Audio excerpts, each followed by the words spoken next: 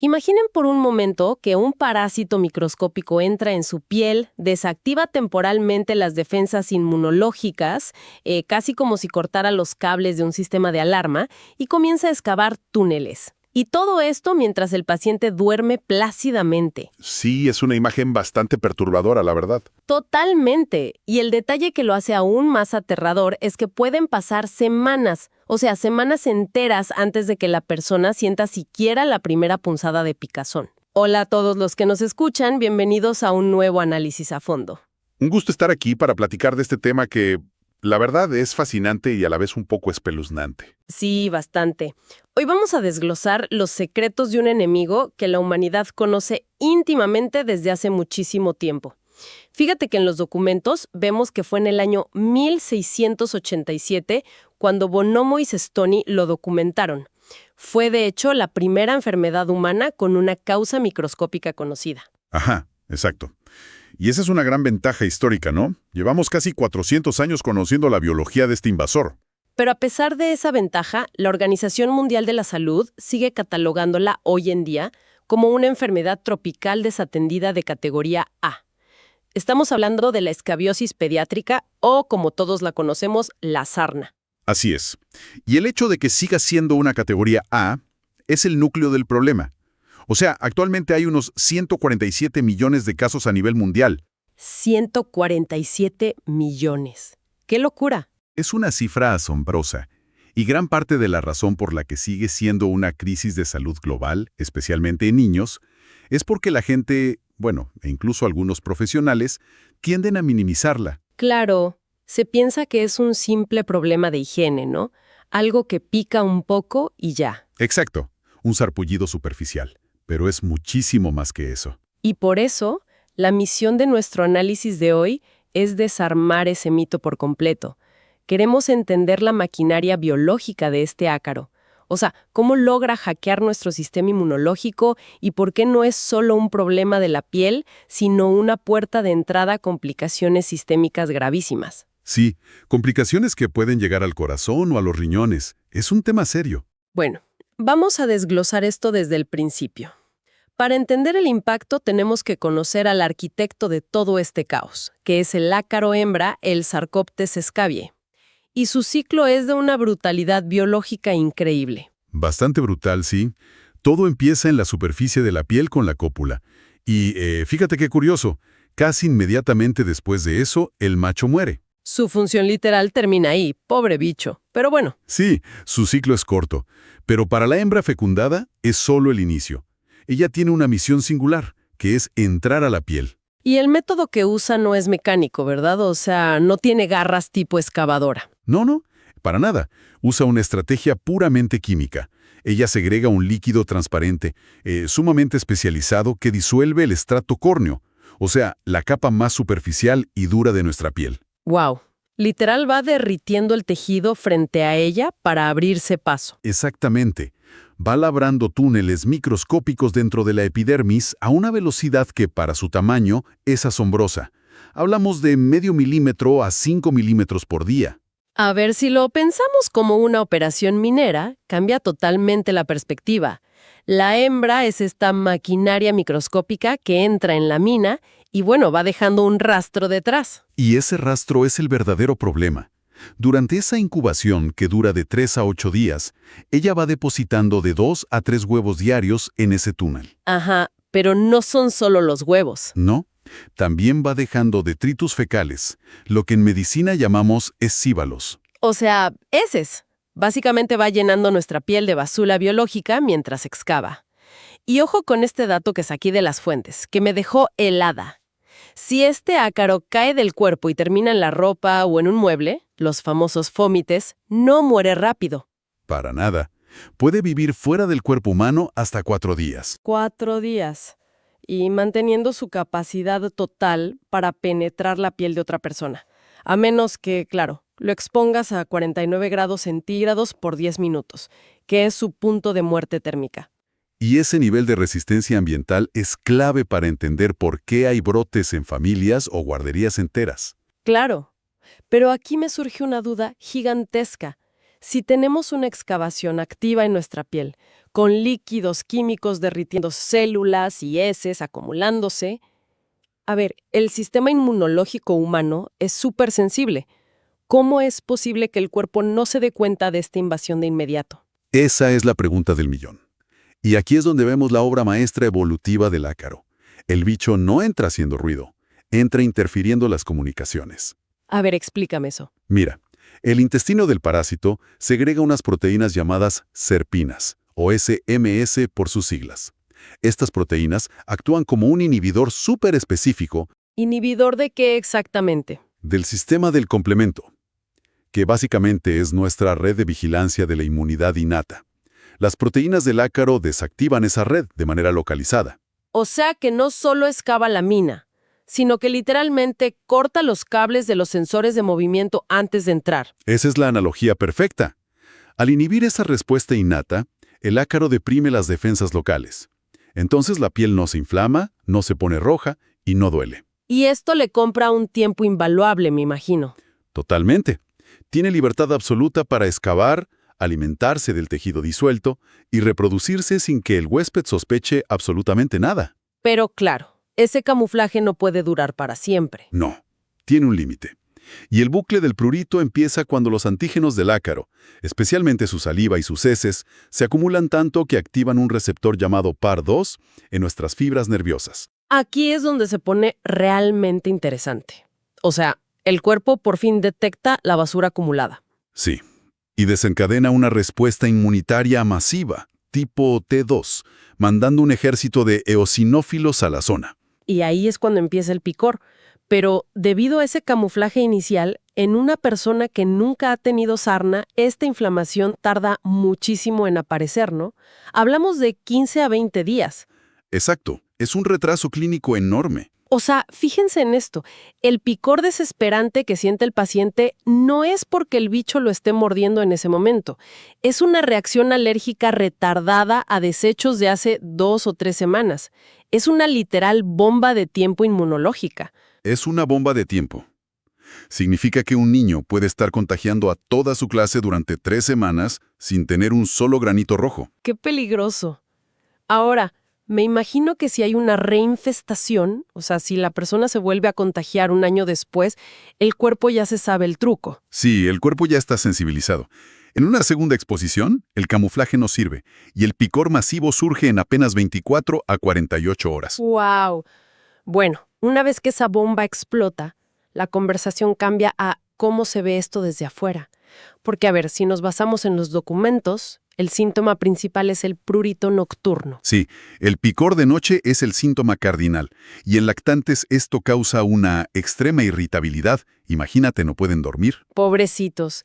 Y para los médicos, encontrar las pistas de este invasor debe ser complicado, porque tengo entendido que el ácaro cambia su estrategia según la edad del paciente. Completamente. Los dermatólogos buscan lesiones patognomónicas, que son marcas inconfundibles, como el surco acarino. El trayecto del túnel. Ajá, ese caminito lineal elevado. Y al final de ese túnel a veces se ve la eminencia acarina, o la vesícula perlada de Bacin, que es una burbujita transparente de menos de 1 milímetro. ¿Dónde está la hembra descansando? Exacto. Pero la topografía, o sea, dónde vas a encontrar estos túneles, cambia radicalmente por edad. Sí, esto es fascinante. Es como un detective persiguiendo a un criminal que cambia su modus operandi dependiendo de la víctima. En adultos o adolescentes, ¿dónde se esconden? Buscan zonas clásicas donde la piel es fina. Los espacios interdigitales entre los dedos, las axilas, las muñecas, los genitales. Y leí que les encanta esconderse bajo anillos o pulseras. Sí, buscan protección. Pero en lactantes, en bebés menores de 2 años, es otra historia. Ahí la presentación es generalizada. O sea, les ataca la cabeza, las palmas de las manos, las plantas de los pies, la zona del pañal. Y muchas veces con lesiones súper atípicas, llenas de vesículas o pústulas. Y ahí es donde quiero preguntarte. Si la enfermedad puede presentarse así, imitando otras cosas, ¿cómo diferencian los especialistas un simple eczema o una alergia de esta invasión parásita? Es un reto. Se basan mucho en que el picor sea abrumadoramente nocturno y en los antecedentes de contactos. Si toda la familia empieza a rascarse, sabes que no es un eczema. Lógico, el eczema no es contagioso. Exacto. Pero para estar seguros, usan técnicas diagnósticas de alta precisión.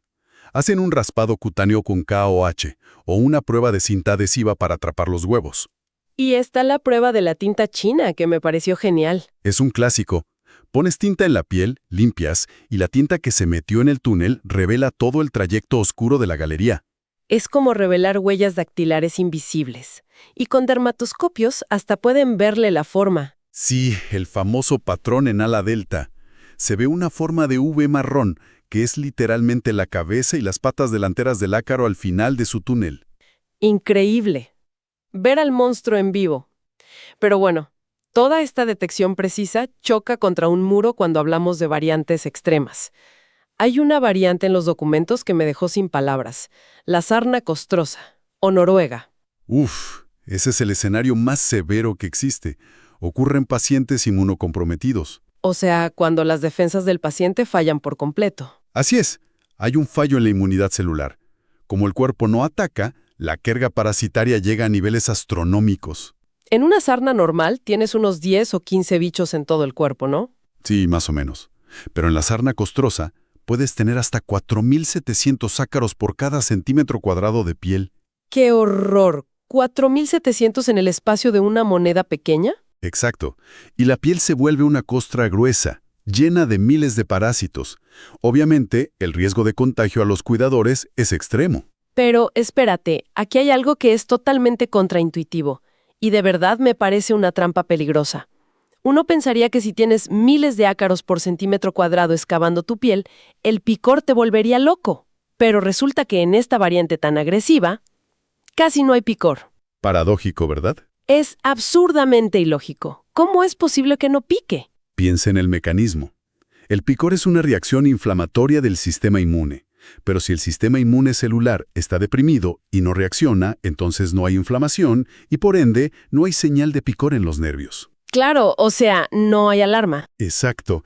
Y esto es terrible porque el rascado físico en una persona sana destruye muchos túneles y mata a ácaros, limitando la infestación. Sin picor no hay rascado. Y sin rascado, los ácaros se multiplican a sus anchas. Es una trampa clínica tremenda para el diagnóstico temprano. Y bueno, esto nos lleva a la cascada patológica, porque hay que hablar de qué pasa cuando el paciente sí se rasca desesperadamente. Y ese es el peligro real en la población general. Porque la sociedad tiende a estigmatizar la sarna como un sarpullido banal, cosas de clases bajas o falta de higiene. Pero cuando leemos los datos, vemos que esto es un problema mucho más grave. O sea, el daño no viene solo del parásito.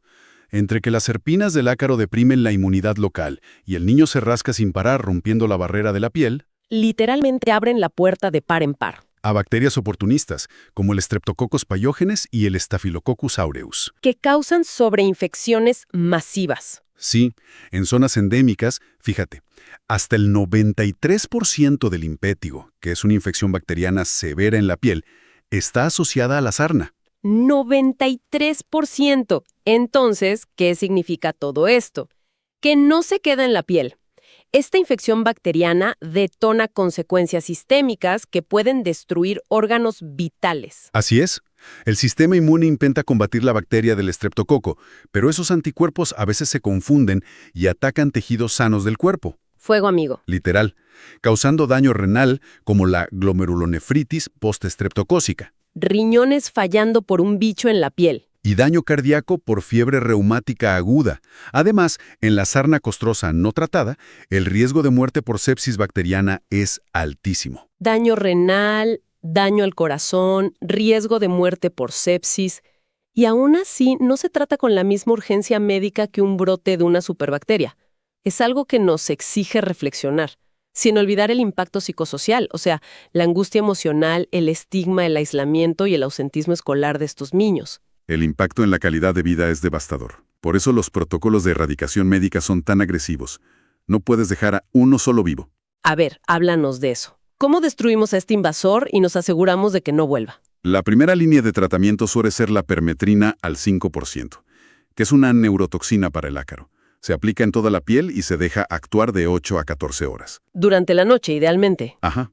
Y para casos más difíciles tenemos la ivermectina oral. Que ataca desde adentro. Sí, pero la ivermectina tiene restricciones. No se debe usar en niños menores de 5 años o que pesen menos de 15 kilos por cuestiones de seguridad. Claro. ¿Y qué alternativas hay para los bebés más pequeños? El azufre precipitado, que es seguro incluso en menores de 2 meses. Y hay que tener mucho cuidado con tratamientos antiguos como el lindano al 1%. Sí, en los documentos hay una advertencia enorme de toxicidad neurológica con el lindano. Ya casi no se recomienda por eso mismo. Pero, a ver, el problema aquí no es solo matar al ácaro.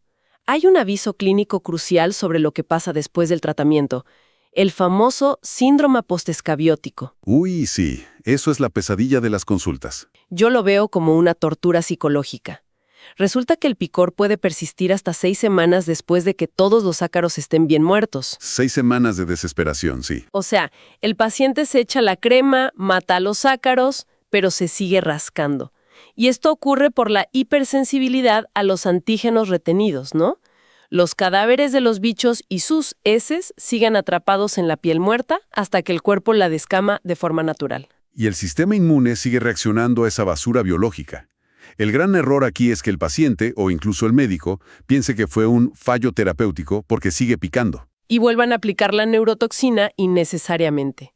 Tienen que aguantar esa paranoia de sentir el bicho vivo cuando ya no lo está. Pero bueno, la medicación no sirve de nada sin el control ambiental. La regla de oro. La regla epidemiológica de oro, exacto. Que es como fumigar una casa contra termitas. Si fumigas la cocina pero dejas los cuartos, toda la casa vuelve a caer en cuestión de semanas. Tal cual. El lavado térmico de toda la ropa y sábanas a más de 50 grados centígrados es indispensable. Y si algo no se puede lavar en caliente, Se aísla en bolsas plásticas herméticas por 9 a 10 días. Como dijimos, el ácaro muere a los 4 días sin un huésped humano.